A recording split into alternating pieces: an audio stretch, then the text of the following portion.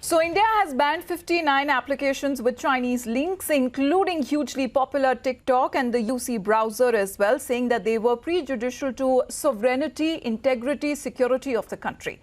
The ban, which comes in the backdrop of the current standoff along the LAC in Ladakh with the Chinese troops, it is also applicable on other applications which have Chinese links in them. We have Ankit joining us from the Mumbai newsroom, and as of now, the statement that has just been given out by TikTok is contradictory to many of the claims that it seems to be making. Ankit, help us explain when it comes to a Chinese company, a Chinese application and its operations that are run in India being one of the biggest markets that TikTok users, especially if we talk about, has, and what really does the statement indicate? Right, Amita, it actually touches upon all aspects of what you've just said. Probably the most important two words in TikTok's statement is that they refer to this as an interim order, this decision by the government of India to ban 59 apps. They are viewing it as something that is interim. They have been asked to explain their position, which they say that they are going to do. But along with that, they go on to really tout themselves a lot in terms of their impact on the Indian internet. They say that they have democratized the internet by making it available in 14 Indian languages in another active portion of their statement. Now, that just goes to show how big a market India is for TikTok. And if you compound this 59 times, you figure out how big a market it is for Chinese internet companies. The ban on TikTok appears to have hit home because this statement has come just, I think, I would say about an hour after TikTok went down from the Play Store. So TikTok can no longer be downloaded on the Indian internet.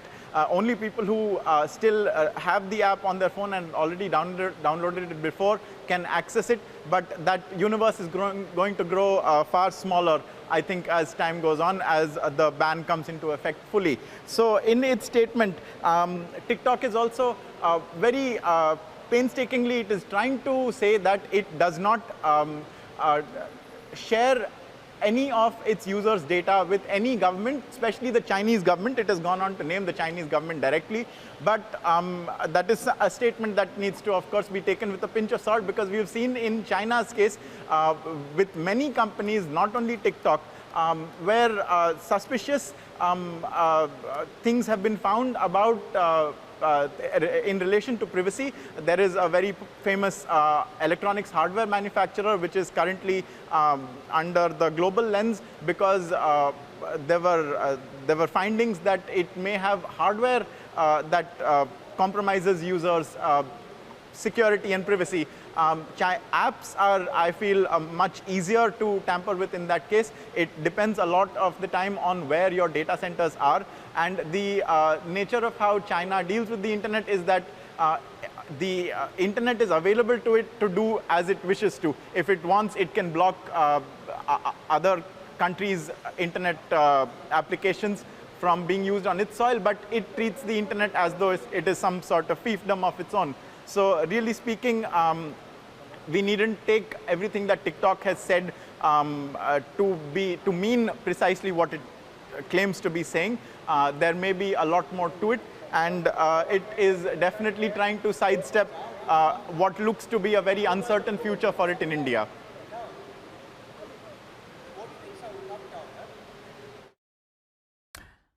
Well, Ankit, because help us understand when it comes to the servers and how people can access it from VPN, because we were showing, and you yourself were showing, that people cannot now no longer access it on their iOS or on their Android phones on the Play Stores. But what happens to people if they try to access it from the virtual private networks?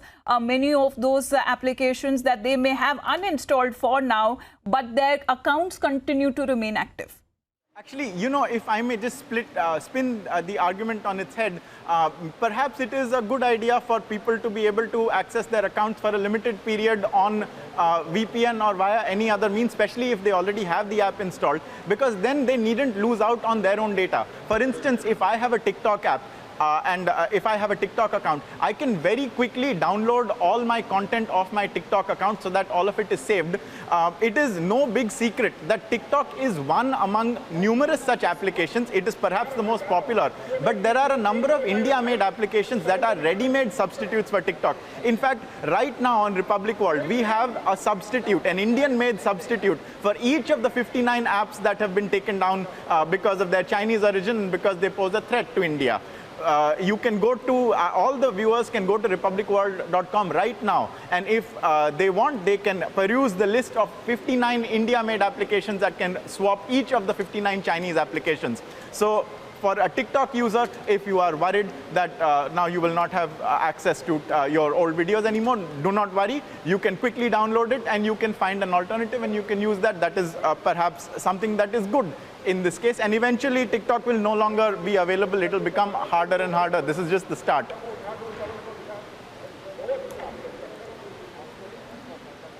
So the list of applications that have been banned that include Hello Like, Camp Scanner, Vigo Video, Me Video Call, Xiaomi, Clash of Kings, Camp Scanner, and Club Factory and Sheen. Now, Ankit, especially when it comes to the market that they kind of cater to, is a lot of the young generation, especially you have beauty applications, fashion applications, TikTokers who would want to call themselves as TikTok stars, something that impacts them on their livelihood as well. If you can also tell us, because around 19 million users, it's a Chinese application, but the majority of the users are Indians. Precisely, they are young and impressionable. That is another reason that perhaps they need to be protected a little bit.